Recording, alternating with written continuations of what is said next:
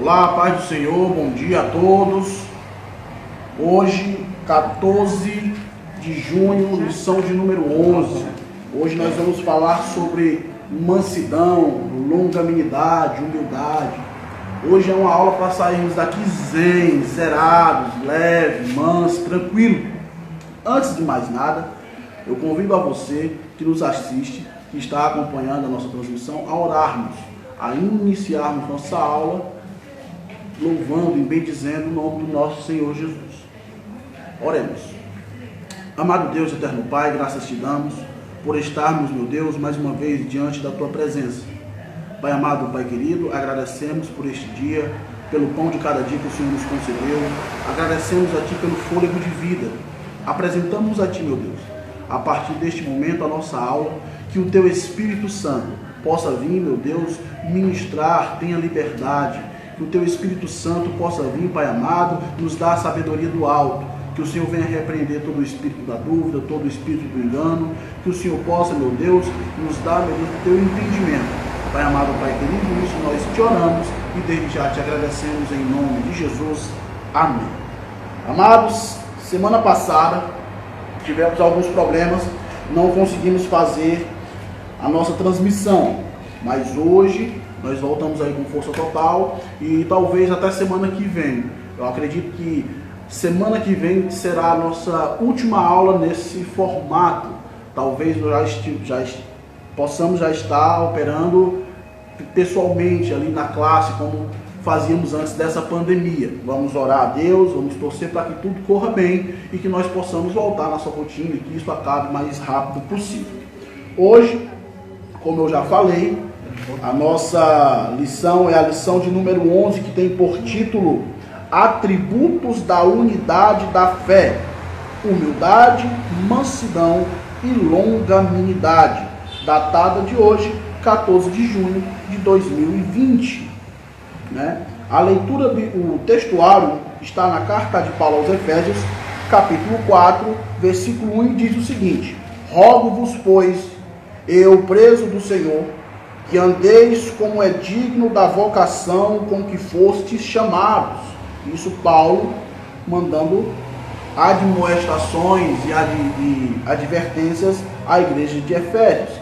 Verdade prática: a unidade na igreja depende de que os crentes evidenciem no cotidiano a humildade, a mansidão e a longanimidade. Como eu falei, a aula hoje é para sairmos daqui, meu amado, meu querido, meu irmão, tranquilos, de bem com a vida, de bem com a igreja, de bem com nossos irmãos, com os nossos amigos, com os nossos familiares. Vamos aprender hoje a questão da mansidão, da humildade e da longanimidade. Introdução. Leitura bíblica em classe se dará em duas leituras. Você pode me acompanhar aí da sua casa. Efésios, capítulo 4, do versículo 1 ao versículo 4. E também a carta de Colossenses. Colossenses, capítulo 1, do versículo 9 ao versículo 12. Repetindo, Efésios 4, do versículo 1 ao versículo 4. E Colossenses, capítulo 1, versículo 9 ao versículo 12. Eu postei no grupo da igreja, nos grupos da juventude, das senhoras, e no grupo que foi feito aí há poucos dias da nossa congregação, o link da aula de hoje. Então, se você for lá no WhatsApp, é só clicar no link que você vai direto para a aula de hoje no sumário CPAD. Leitura bíblica em classe, carta aos Efésios, capítulo 4, verso 1. Assim diz a palavra do Senhor: Rogo-vos, pois, eu, o preso do Senhor, que andeis como é digno da vocação com que fostes chamados, e com toda a humildade e mansidão, com longanimidade, suportando-vos uns aos outros em amor, procurando guardar a unidade do Espírito pelo vínculo da paz. Há um só corpo e um só Espírito, como também fostes chamados em uma só esperança da nossa vocação. Agora Colossenses, capítulo 1, versículo 9. Por esta razão, nós também, desde o dia em que o ouvimos, não cessamos de orar por vós e de pedir que sejais cheios do conhecimento e da vontade, em toda a sabedoria e inteligência espiritual, para que possais andar dignamente diante do Senhor, agradando-lhe em tudo, frutificando em toda boa obra e crescendo no conhecimento de Deus, corroborados em toda a fortaleza, segundo a força da sua glória, em toda a paciência e longanimidade com gozo, dando graças ao Pai que nos fez idôneos para participar da herança dos santos na luz. Glórias a Deus por esta palavra rica. Vamos aqui em cima disso tratarmos da nossa aula de hoje. A aula tem 3 pontos centrais, onde no primeiro nós vamos explicar que a humildade é uma virtude indispensável para a comunhão, enfatizar no segundo ponto que a mansidão produz crentes que promovem a paz e a conciliação, e no terceiro iremos frisar que a longanimidade capacita o crente a ser tolerante com as falhas alheias. É isso mesmo, nós temos que tolerar as falhas dos nossos irmãos, uma vez que a palavra nos ensina e nos adverte a tolerarmos os mais nércios, os mais fracos na fé. Com isso, nós vamos para a nossa introdução. Peço aos irmãos que nos auxiliem, participem, perguntem. Os irmãos têm a liberdade de perguntar, tirarem suas dúvidas. Os irmãos podem estar falando aí como é que está o som, dá o okzinho se o som está chegando bem aí para vocês, se a transmissão está chegando ok para vocês. Vamos lá. Introdução. Vou repetir lá no grupo da congregação, eu postei o link da aula de hoje. Então você fica lá, está lá à sua disposição para que a gente possa participar do conjunto, entender como é que está as coisas indo.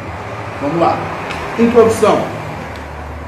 Após concluir a oração intercessória em favor da igreja e ao mesmo tempo estimular os cristãos a viverem para a glória de Deus, o apóstolo passa a enfatizar a necessidade da unidade dos crentes. A gente vai falar hoje muito sobre o termo unidade, amados, e quão importante é isso na igreja. A igreja, ela vem do termo latim eclésia. A eclésia, o corpo, aquela sociedade formada, aquele vínculo estabelecido entre pessoas que professam uma fé em comum. No nosso caso, a fé cristã. Nós cremos em Cristo Jesus, o Filho de Deus, o Senhor dos senhores, o ressuscitado do meio dos mortos, que subiu ao céu, prometendo voltar para buscar a sua igreja. E isto é uma fé comum a eu e você, meu amado.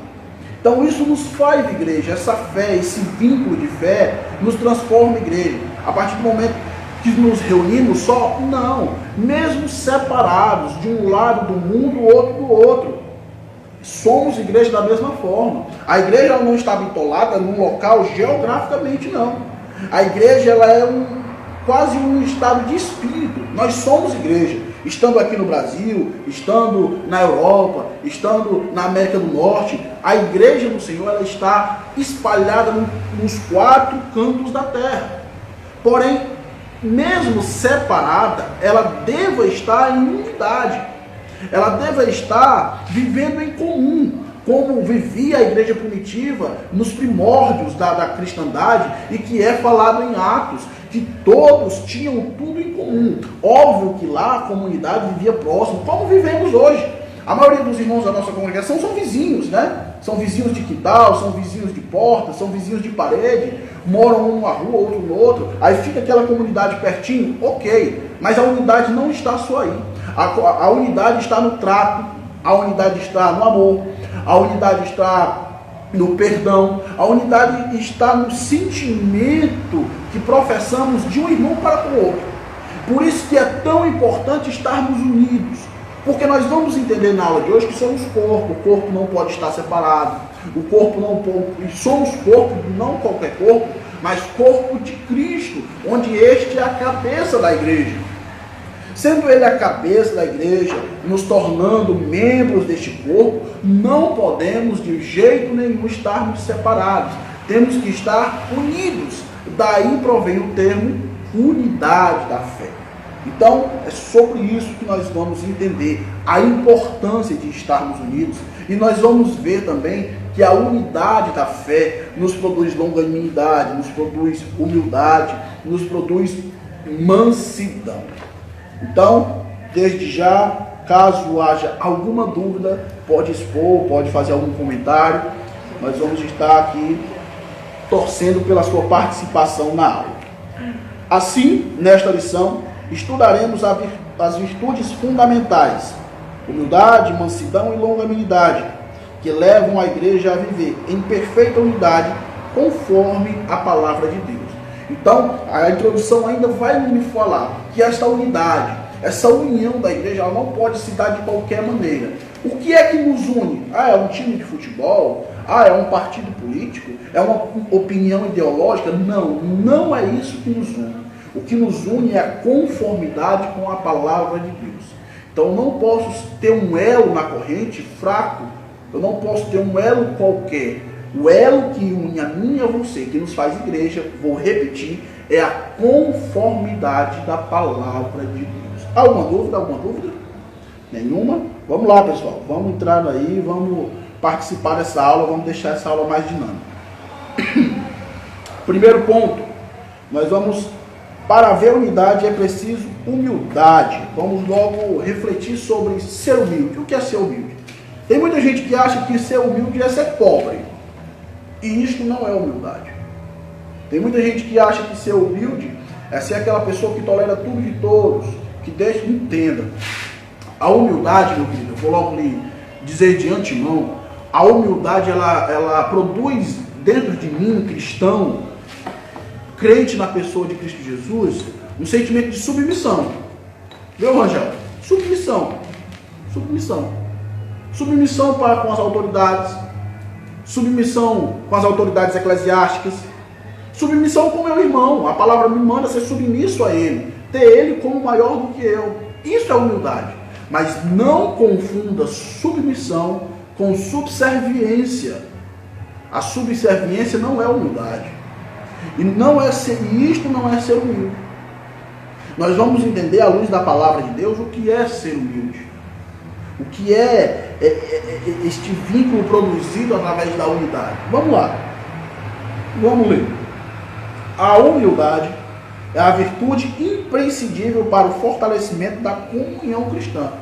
Olha o termo que é usado pelo autor da revista. Imprescindível. Não pode faltar. Tem que compor. Tem que estar. A humildade para que haja fortalecimento na comunhão, para que haja comunhão comigo e o Rangel, para que haja comunhão comigo e você, meu amado, que nos assiste, tem que haver humildade. Ora mais, dentro do corpo dos apóstolos, aqueles 12 apóstolos, a qual Cristo dirigia e Cristo ensinou os seus fundamentos, os seus ensinamentos, Cristo dá exemplos de humildade para que haja comunhão ali. E era um grupo pequeno de pessoas, né? E você vê que eram pessoas, me referindo ainda aos 12 apóstolos, era um grupo pequeno, de pessoas diferentes, muitas das vezes antagônicas, mas que com o exemplo de humildade dado por Cristo Jesus, consegue-se ali haver uma certa comunhão. E isso tem que ser aplicado diretamente na igreja de hoje. Não só aqui na Canaã do Parque Santa Amaro, não só no Ministério Canaã, mas vou repetir, frisar, na igreja espalhada nos 4 cantos da terra. A humildade tem que estar presente. Devera ser uma marca da igreja. Continuando a leitura, vai dizer: espera-se que os crentes sejam humildes, não somente diante de Deus, mas também entre eles. A importância da humanidade, da humildade, perdão, entre os irmãos, ela tem que ser mútua. Eu tenho que ser humilde para com você, você tem que ser para comigo, e assim fortaleceremos a comunhão dentro da igreja. Primeiro ponto, o modo digno de viver cristão. Vamos lá. A conduta geral do crente é o destaque dessa seção da carta. O apelo apostólico é para que os crentes andem de modo digno da vocação. Ou seja, a nossa conduta diária deve corresponder à chamada recebida para ser um membro do corpo de Cristo. Para ser um membro do corpo de Cristo, a igreja. Olha que interessante. A conduta geral do crente é o destaque da segunda carta, o apelo apostólico é para que os crentes andem de modo digno. Então, o andar, a humildade está atrelada à dignidade cristã. Um cristão digno, um cristão autêntico, andando como deve andar, ele se mostra ser um cristão humilde. Do contrário, ele não está andando de forma digna. Ou seja, a nossa conduta diária deve corresponder à chamada recebida. Então, deve ser algo cotidiano. A humildade ela não deve transparecer só numa ocasião específica, num momento específico. A humildade ela tem que ser diária, em todos os momentos. Você consegue imaginar Cristo por algum momento não sendo humilde? Você consegue imaginar Cristo em algum dia?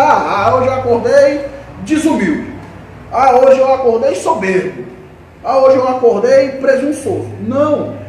Em todo o tempo, Cristo nos dá sinais, nos ensina a ser humildes, a ser mansos, mandando a gente aprender com Ele, aprender de mim, que sou humilde e manso de coração. Então, o cristão deve ser no seu cotidiano, diariamente. Olha, vai dizer que, ou seja, a nossa conduta diária deve corresponder à chamada recebida para ser um membro do corpo de Cristo.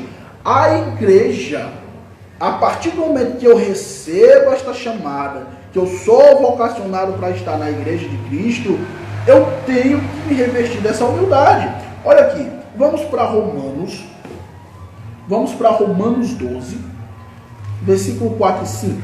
Vamos lá, para a gente não ficar só nas minhas palavras. Romanos 12, você pode aí acompanhar. Romanos 12, versículo 4 e 5 vai nos dizer: porque assim como em um corpo temos muitos membros, e nem todos os membros têm a mesma operação, assim nós, que somos muitos, somos um só corpo em Cristo, mas individualmente somos membros uns dos outros. Não há espaço, não deve haver espaço na igreja de Cristo, o corpo de Cristo, composto por mim e por você, para não humildade, para indiferença. Isso não pode haver, porque isso nunca irá fortalecer esse corpo que é de Cristo. Embora o versículo também vai me dizer que, além de compormos o corpo de Cristo Jesus, também nós somos membros uns dos outros. Então eu sou membro seu, você é membro meu. Você consegue imaginar que de uma forma ou de outra podemos estar separados? De maneira nenhuma. Temos que estar em unidade, produzindo a humildade. Alguma dúvida? Alguma dúvida aí? Alguma dúvida correspondente à aula? Fizeram alguma pergunta? Qual é a pergunta do irmão Gerson? Está perguntando se é humilde tolerar assédio moral no ambiente de trabalho. Sempre humilde. Não, aí já foge um pouco. Eu entendo, eu falei no começo da aula, que ser humilde não é ser subserviente.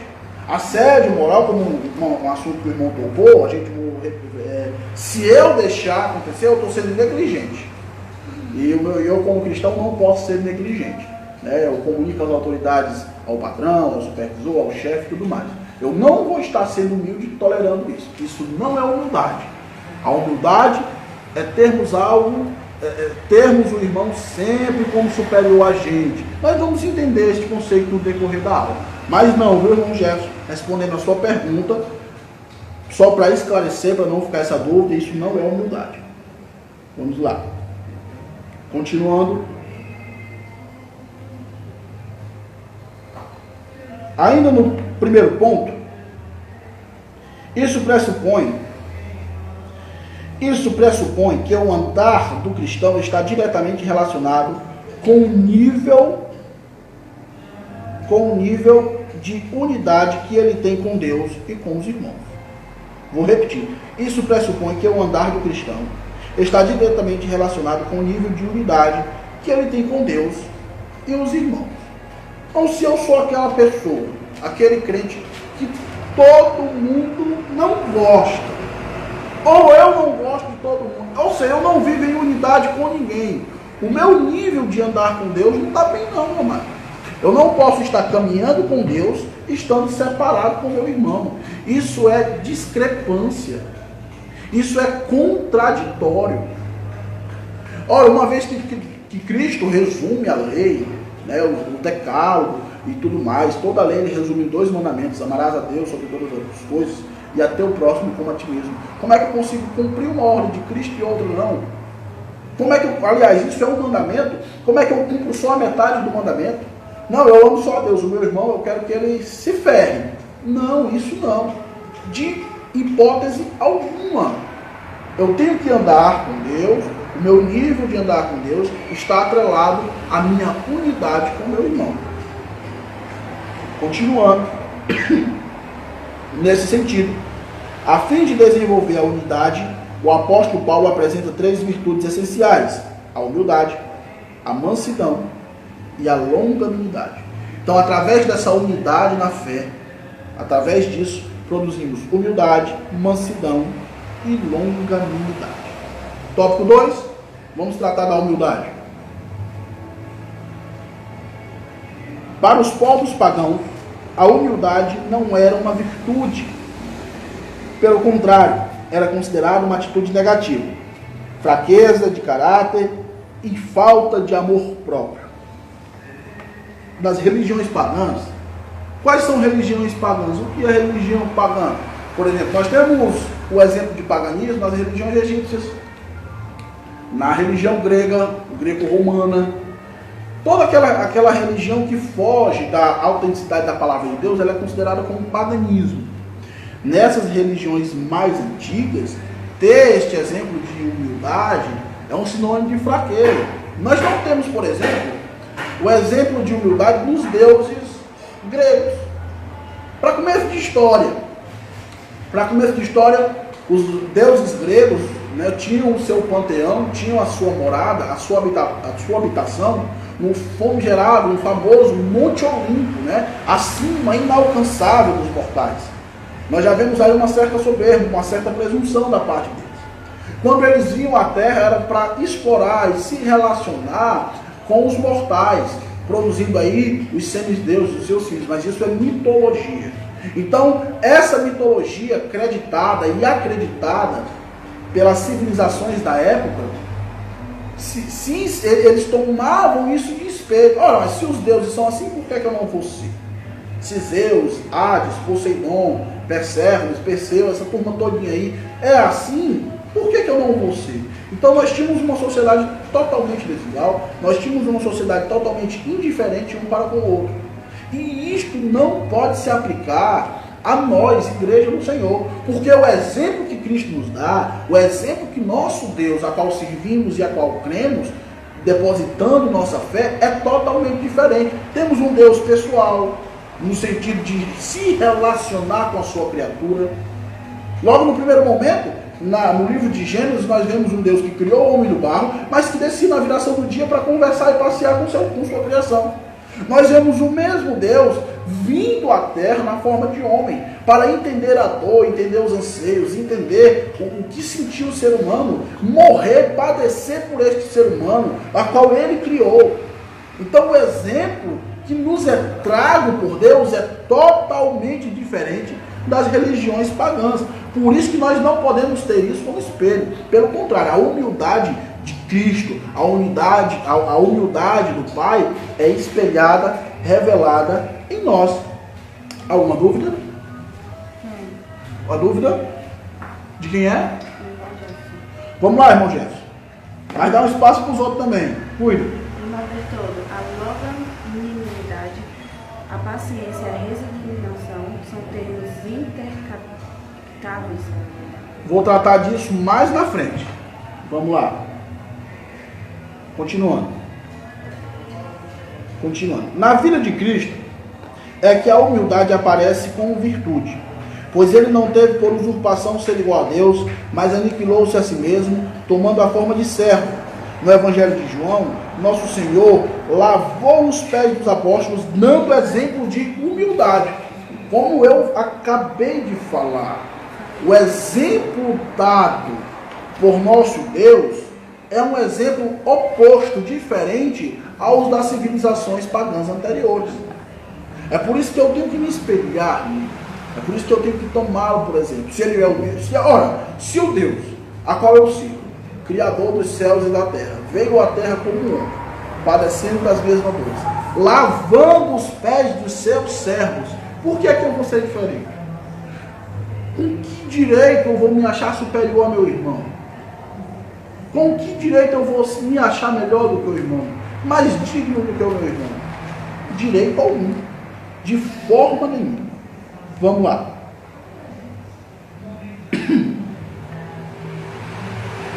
Vamos, para a gente ratificar um pouco esse ponto 2, abram em Filipenses, capítulo 2. Filipenses,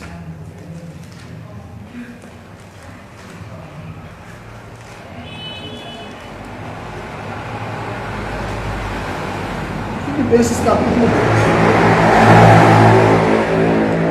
Vamos entender um pouco dessa humildade exemplificada na vida do próprio Cristo. Olha o que diz Filipenses capítulo 2. Portanto, se há algum conforto em Cristo, se há alguma consolação de amor, se há alguma comunhão no Espírito, se alguns entrem a vez afetos e compaixões, completai o meu gozo, para que sintais o mesmo, tendo o mesmo amor, o mesmo ânimo, sentindo uma mesma coisa. Não façais por contenda, nada façais por contenda ou por vanglória, mas por humildade cada um considere uns aos outros superior a si mesmo. Olha o exemplo. Olha a demonstração do apóstolo. Considerando em humildade um ao outro maior do que si mesmo. Não atente cada um para o que é propriamente seu, mas cada qual também para o que é do outro. Como eu vou me importar só com as minhas dores, só com os meus problemas? E não vou me importar com o do meu irmão, com o que está ali comigo, professando a mesma fé, vivendo em humildade. Em humildade, perdão. Vai continuar. De sorte que haja em vós o mesmo sentimento que houve também em Cristo Jesus. Olha o exemplo. Olha o que o apóstolo evoca para citar o exemplo. Ele podia citar inúmeros, mas vamos ver no decorrer da aula que há inúmeras pessoas na Bíblia que deram exemplos de humildade, mansidão. Mas ele já traz o exemplo mor, o projeto piloto, para que não haja nenhum resquício, para que não haja uma brecha do que eu tenha que ser ou não tenha que ser. Porque Cristo, porque Cristo Jesus foi humilde. De sorte que haja em vós o mesmo sentimento que houve também em Cristo Jesus, que sendo em forma de Deus, não teve por usurpação ser igual a Deus, mas aniquilou-se a si mesmo, tomando a forma de servo, fazendo-se semelhante aos homens. E achando na forma de homem, humilhou-se a si mesmo, sendo obediente até a morte, morte de cruz. Isto é o maior exemplo de humildade que eu e você podemos ter. Um Deus que rejeita, renuncia à sua glória para estar aqui, sentindo o que eu sinto, entendendo a alma humana, padecendo e morrendo por ela, e não foi de qualquer jeito. Morte e morte de cruz. Há alguma dúvida em relação à aula? Nenhuma? Vamos lá. Continuando. Terceiro ponto. A verdadeira humildade.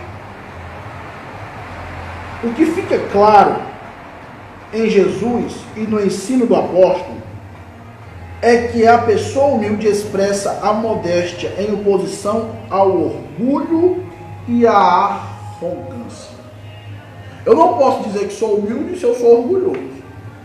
Não posso dizer que eu sou humilde se eu sou arrogante. É uma contradição. E os meus atos, a minha postura mostra quem de fato eu sou. Então eu não posso ser humilde só por falar. Ah, eu sou humilde.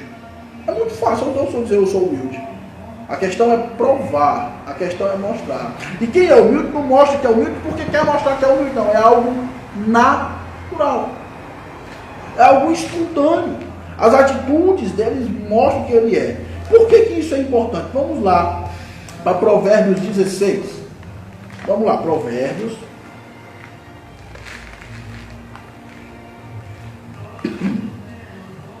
Provérbios 16, versículos 18 e 19.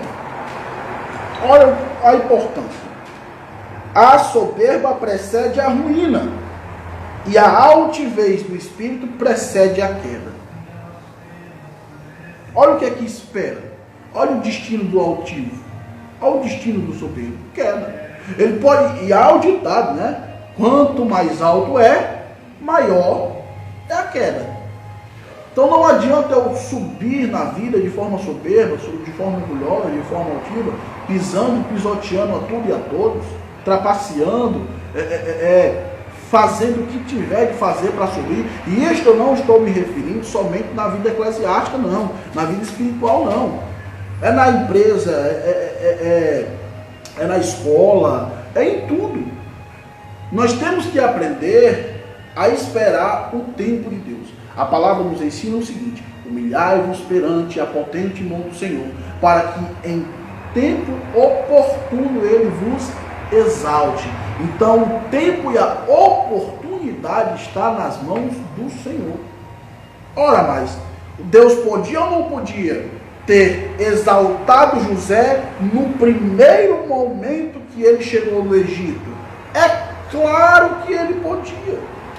Deus poderia ou não poderia ter se revelado a Jacó no primeiro momento que ele chega na casa do seu tio Labão? É óbvio que poderia. É óbvio que poderia. Mas aprove ao Senhor o tempo e a oportunidade específica. Aprove ao Senhor fazer com que José padecesse um pouco de tempo para entender os mistérios e os propósitos do Senhor. Então, meu querido, se você hoje passa por algo, se você hoje passa por algum problema, seja ele material, seja ele conjugal, bote de lado soberba, orgulho e altivez. Aprenda a lidar com os problemas de forma humilde. Aprenda a lidar com as adversidades de forma humilde, para que em tempo oportuno o Senhor vos exalte. E não se preocupe, a exaltação vem. E ainda assim ela vem para a glória dele. Se Deus me exaltar no trabalho, na igreja, na vida cotidiana, se Ele exaltar você, não tenha nenhuma preocupação. Não é por você não. É para a glória dele. É para que através da minha e da sua vida, o nome dele seja glorificado. Temos o exemplo muito simples de Jó. Né? Jó passa pelo que passa, sendo ele, na época, o homem mais rico do mundo, o homem mais rico do Oriente. A maior riqueza do Oriente estava detida nas mãos de Jó. E quando Jó se vê perdendo tudo, ele ainda, mas Jó estava humilde porque perdeu tudo. Não, ele já era humilde antes de perder. Ele já era humilde, sendo rico, sendo dono de jumentas, sendo dono de ovelhas, sendo dono de toda aquela riqueza que ele tinha. Ele já era humilde. E continuou sendo humilde na provação. E continuou sendo humilde após a exaltação que Deus lhe deu. Continuando. Vamos lá. Entretanto, é importante ressaltar que esta e as demais virtudes são produzidas pelo Espírito Santo, que habita no crente. Não há quem possa desenvolver tal conduta sem que o Espírito Santo o transforme. Então é de suma importância a efetiva ação do Espírito Santo para me produzir uma conduta humilde, uma conduta de unidade. Amém? Vamos assim então para o nosso segundo ponto. Vamos lá? Segundo ponto. Para Para haver unidade é preciso mansidão. Então tratamos da humildade e agora vamos tratar da mansidão. E isso pega a gente pelo pé. Porque eu só por mim. Ser manso é difícil, irmão. A gente lidar com o problema de ser manso já é difícil. Mas temos que ser. Temos que ser mansos. Aliás, é da mesma forma que a humildade é produto da unidade, a mansidão também. Vamos lá. Primeiro ponto. Primeira coisa que a gente vai entender. Mansidão é um fruto do Espírito. Se eu digo que tem o Espírito Santo e qualquer hora que o Rangel me chateia, eu puxo a peixeira para ele, eu não tenho, no mínimo, eu não vou me ater aqui e dizer que você não tem o Espírito Santo, mas no mínimo você não está produzindo o fruto dele. É como você ter uma árvore em casa que não está produzindo. Um pé de acerola que não está dando acerola. Um pé de limão que não está dando limão. Você está tendo o Espírito Santo, mas não está produzindo frutos. Uma vez que é lá em Gálatas 5, 22, mansidão é fruto do Espírito Santo. Se eu produzo tal fruto, eu produzo a mansidão. Vamos lá. Continuando. A palavra mansidão transmite o conceito de ternura, gentileza, cortesia e paciência. Nós vemos isso em 1 Coríntios 4, 21, em 2 Coríntios 10, versículo 1, em 2 Timóteo 2, versículo 25. Essa qualidade é listada nas Escrituras como um dos aspectos do fruto do Espírito Santo. Vamos lá para Gálatas 5. Vamos lá para Gálatas. Gálatas 5.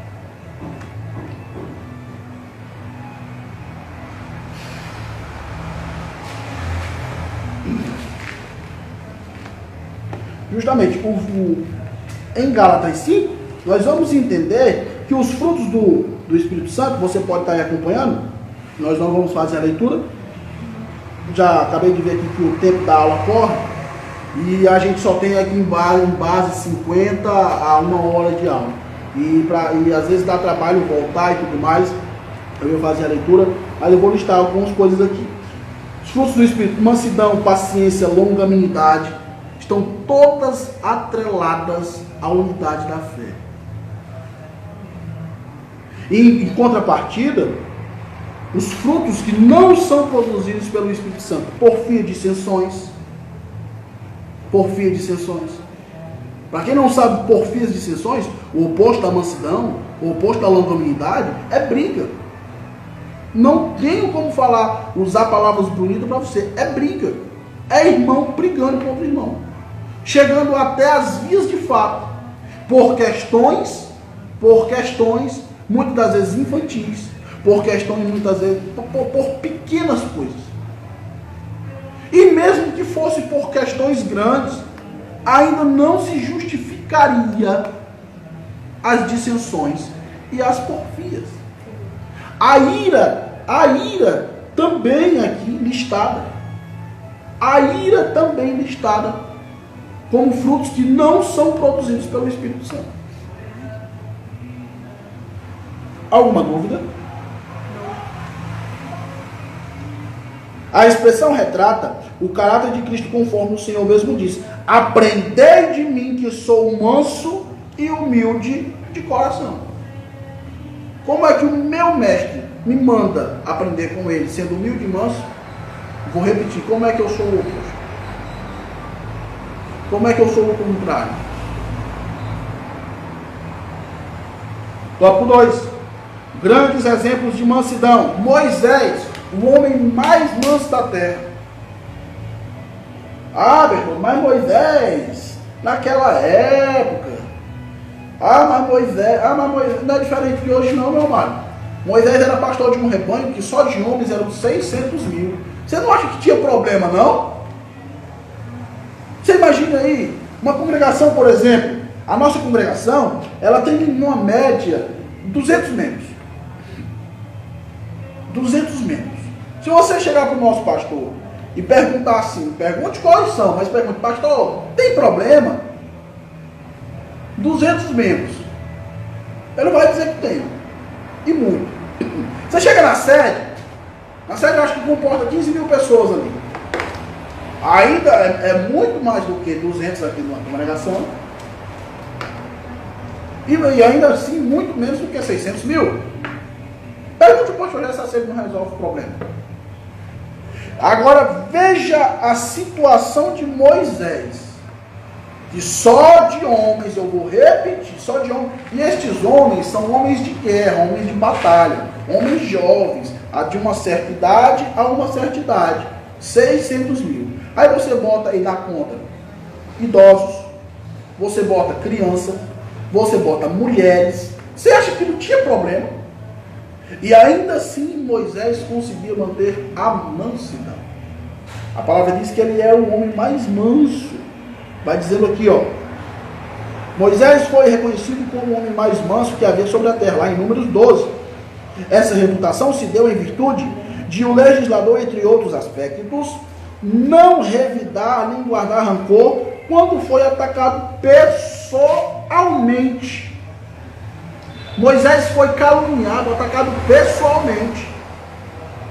Não foi ele ouviu dizer que alguém falou dele pelas costas. Não, chegaram para ele e afrontaram pessoalmente. Para quem não sabe da história, uma das acusadoras era a própria irmã, Miriam. A própria irmã, aquela irmã que anos atrás tinha pego o menino Moisés, botado num cesto de zimbro, botado no rio Nilo, vigiou o trajeto do cesto, entregou, viu o menino sendo pego lá pela princesa egípcia, voltou, trouxe a sua mãe para ser mãe de leite. É essa mesma Miriam aí. Foi a mesma que afrontou Moisés.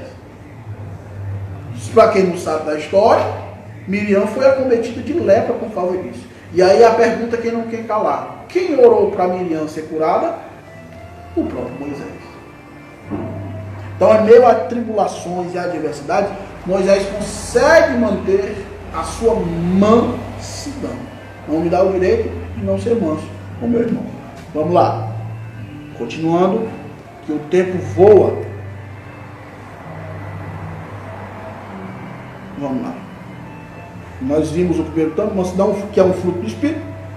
Vimos o exemplo de mansidão e concomitante com o exemplo de mansidão dado por Moisés, nós temos o exemplo de mansidão dado por Cristo. E vamos lá, nessa mesma perspectiva, Jesus Cristo manteve o autocontrole enquanto era injustamente caluniado. E durante seu julgamento, não pronunciou qualquer palavra contra seus acusadores. Olha para mim aqui rapidinho. Você já parou para pensar como é que foi o julgamento de Cristo? A gente vê na televisão toda Semana Santa, né? A gente se comove, a gente chora, mas a gente não para prestar atenção. Você sabia que Cristo ele tinha ali toda a ferramenta para ser absolvido? Sabia que o julgamento de Cristo, em todos os âmbitos, em todas as esferas, ele foi ilegal? Primeiro, ele foi acusado de um crime que ele não tinha cometido. Segundo, ele foi julgado por pessoas que não estavam aptas a julgar em momentos inapropriados. O crime que ele foi acusado era um crime contra a coroa romana. Ele é preso e, em primeira instância, julgado por judeus. Ele é preso à noite e julgado ainda à noite na casa de Caifás. O sinédrio julgava-se toda a causa até o meio-dia. Então ele é preso porque não era para ser preso, julgado onde não era para ser julgado, porque era para ser julgado lá no sinédrio. Ele é julgado na casa de Caifás. Então ele é preso quando não era para ser preso pelo que não fez, preso porque não era para ser preso, julgado onde não era para ser julgado, no horário que não era para ser julgado, levado a Herodes, considerado inocente, levado a Pilatos, considerado inocente. Então, em todos os âmbitos, Cristo é considerado inocente e é inocente. Mas ainda assim, diante de seus acusadores, ele não profere palavra alguma. Aguenta açoite, aguenta chibatada, aguenta a via dolorosa, a coroa de espinhos, a cruz, que não era para ser dele, a cruz era para ser de Barrabás, é por isso que a cruz era maior e era mais pesada. A coroa de espinho nenhum outro prisioneiro teve, só ele, porque era uma sátira ao rei dos judeus. Nenhum outro prisioneiro foi açoitado antes de ir para a via dolorosa. É por isso que ele tem hemorragia, por isso que é botado uma capa nele, para estancar aquele sangue. Então foi tudo ilegal no julgamento e execução de Cristo. E ainda assim ele se continua manso, calado, sem dizer nada. E quando abre a boca, é para interceder pelos seus algozes. Pai, perdoai, eles não sabem o que fazem. Pergunta, ele não tinha ao seu dispor, como ele havia falado lá no jardim do Getsemane, a Pedro, quando corta a orelha do servo do sumo sacerdote Malco, ele não tinha à sua disposição legiões de anjos? Tinha ou não tinha? Você não acha que isso bastaria uma ordem de Cristo? Pai, não aguento. Você não acha que chovia anjo para tudo que era lado? É por isso que lá em Filipenses 2, que acabamos de ler no tópico passado, temos Cristo como o maior exemplo de humildade e aqui de mansidão também. Vamos lá. A verdadeira mansidão. 9:47, Jesus. Vamos lá. Essa virtude não significa fraqueza ou inferioridade. Pelo contrário, indica o mais seguro autocontrole emocional. Assim, mansidão trata da submissão do homem para com Deus e a sua palavra. Para com Deus e a sua palavra. Deixa eu lhes dar um exemplo bíblico disso. Nós temos entre os 12 apóstolos um muito bravo. Bravo. Que durante toda a caminhada que ele tem com Cristo, Cristo tenta moldar nele um novo homem ali, e fazer, ensinar ele o que é certo, que essa braveza não é a via correta de resolver problemas. Nós temos Pedro, Barjonas, filho do trovão, explosivo, né? Em capítulos anteriores à sua história, nós vemos ali Cristo ensinando, dando aulas de paciência a Pedro. Pedro sendo cobrado pelos publicanos, cobradores de impostos. Senhor, estou me cobrando impostos, aí como é que eu faço? Vai lá, Pedro, pesca de anzol um peixe, na boca do peixe vai ter uma moeda, tu vai pagar o meu e o teu. Ora, mas você pode pensar, mas para pescar, Pedro era pescador, pescar é fácil. Pedro era pescador em alto mar. Perguntinha, como se pesca em alto mar? De anzol? Não. Nós vemos inúmeras passagens de Pedro pescando com rede. Pedro estava acostumado a dar um lance de rede e trazer centenas de peixes para o mar. Quando Cristo manda o pescar de anzol, era um teste de paciência. Eu imagino Pedro ali, com anzol, esperando o peixe chegar e, rapaz, mas eu podia já ter pego bem 1000 peixes. Mas não. Cristo queria testar a paciência de Pedro, ensinar Pedro. E quando Pedro corta a orelha de Malco, e Cristo diz, guardai a espada, quem com ferro fere, com ferro será ferido. Nós vemos ali outro exemplo, outra atitude, outro ensino de mansidão. E até Pedro aprender isso daí, meu querido, não foi de uma noite para o dia, não foi da noite para o dia. Por que trata da submissão do homem para com Deus e a sua palavra? Porque se Cristo não fosse manso no momento da prisão, a palavra não teria sido cumprida. É por isso que muitas vezes eu e você temos que ser mansos, sim, para que se cumpram os propósitos de Deus na minha e na sua vida. Vamos lá. Mansidão pressupõe conciliação. O comportamento conciliador é a demonstração prática da conduta de quem possui mansidão por meio de uma postura equilibrada diante de circunstâncias adversas. Então, meu querido, a mansidão, ela me dá o conceito, ela me traz a ideia de equilíbrio. Olha, mas quem nunca já ouviu? Mas fulano é desequilibrado. Fulano não mantém o equilíbrio. A mansidão está atrelada ao conceito de equilíbrio. terceiro e último ponto, nós já iremos encerrar nossa aula. Vamos lá. Terceiro ponto, para haver unidade, é preciso longanimidade para o exercício do perdão. Para haver unidade, é preciso longanimidade para o exercício do perdão. Então nós tratamos da humildade, nós tratamos da mansidão, e agora vamos tratar da longanimidade. O que é longanimidade? Vamos lá. A virtude da longanimidade capacita o crente a ser tolerante com erros alheios, assim liberar perdão aos ofensores. Então quer dizer que eu tenho que ter, tá aqui ó, tolerante. E ser tolerante não é aceitar. Ser tolerante não é dizer que está certo, não é isso. Ser tolerante é outra coisa. É aguardar, é esperar, é ser tolerante. Vamos lá. Continuando, ó. Paciência, tolerância e constância é mais um dos aspectos do fruto do Espírito desenvolvido no crente em Gálatas 5. Em termos gerais, essa virtude significa tolerar pacientemente a má conduta dos outros. Tanto que a Bíblia nos ensina a ser pacientes na tribulação. Mas, Bertoldo, se Deus ele tolera a má conduta, tolera a minha e a sua. Se ele não tolerasse, a gente não já tinha sido fulminado, não? Moisés está perguntando. Diga lá qual é a pergunta. O Moisés era o varão mais manso da sua geração. Óbvio que não era mérito dele.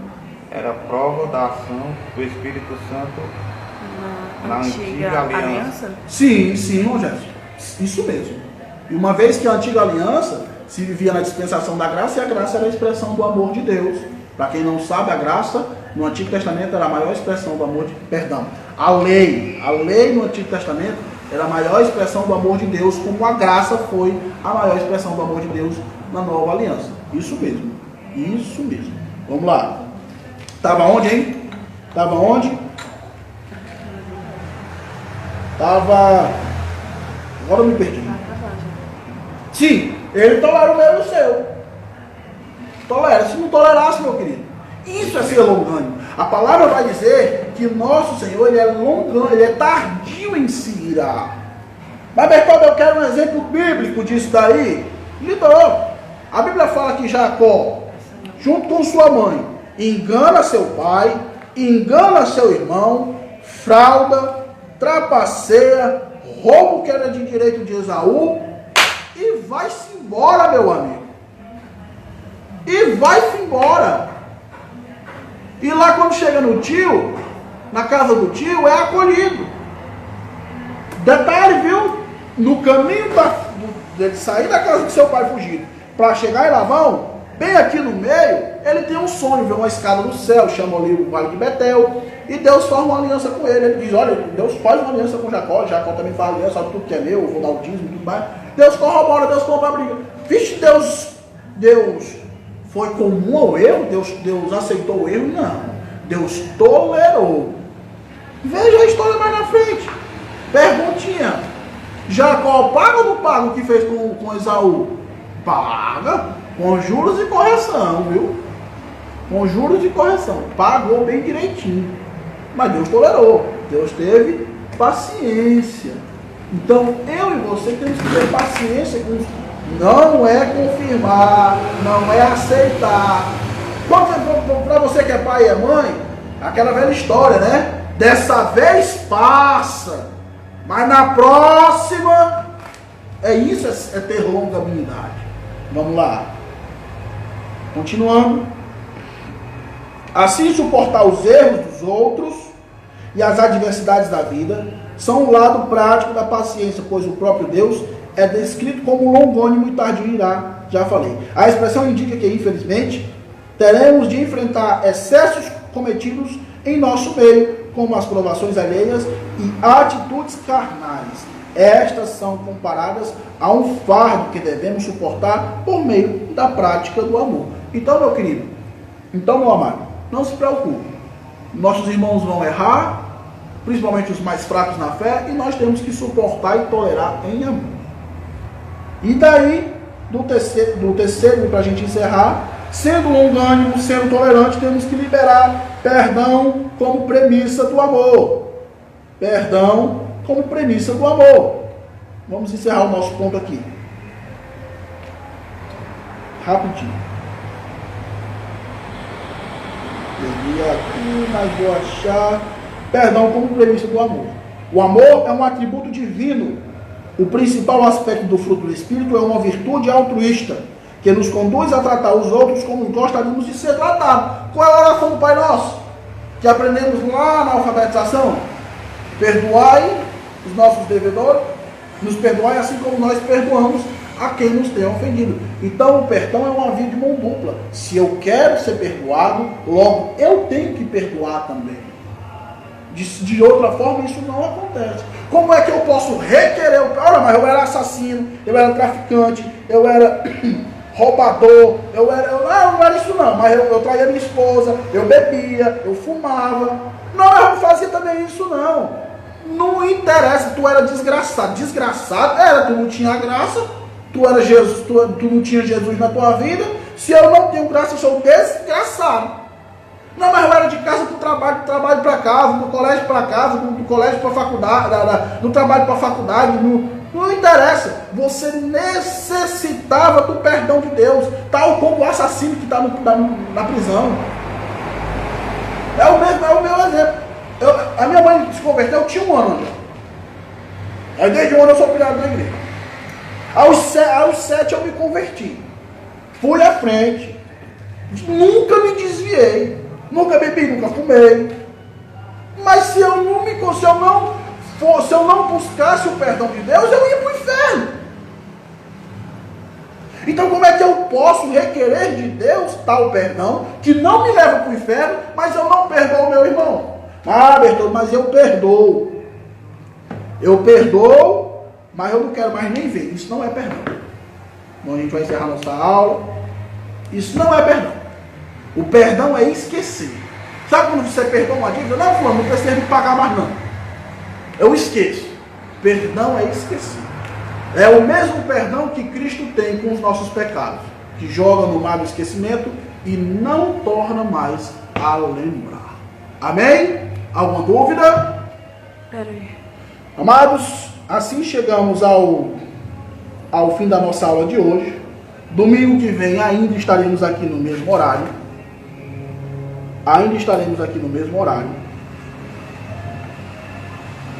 Agradeço demais a sua presença, a sua participação. Né, que nós possamos suportar isso, passar por isso da melhor forma possível. E, como eu falei, estaremos domingo que vem ainda aqui. Espero que domingo que vem seja o último domingo que estaremos assim. Quero ver vocês. Quero olhar para vocês. Então, amados, a paz do Senhor. Vamos orar para encerrar. Amado Deus, eterno Pai, te agradecemos por este momento que passamos contigo. Obrigado por esta aula, obrigado pelo teu entendimento. Nos dá, meu Deus, uma semana abençoada para quem for trabalhar, para quem ainda está em casa, que o Senhor possa, meu Deus, estar conosco. Nós isso te oramos e te agradecemos em nome de Jesus. Amém. A paz do Senhor.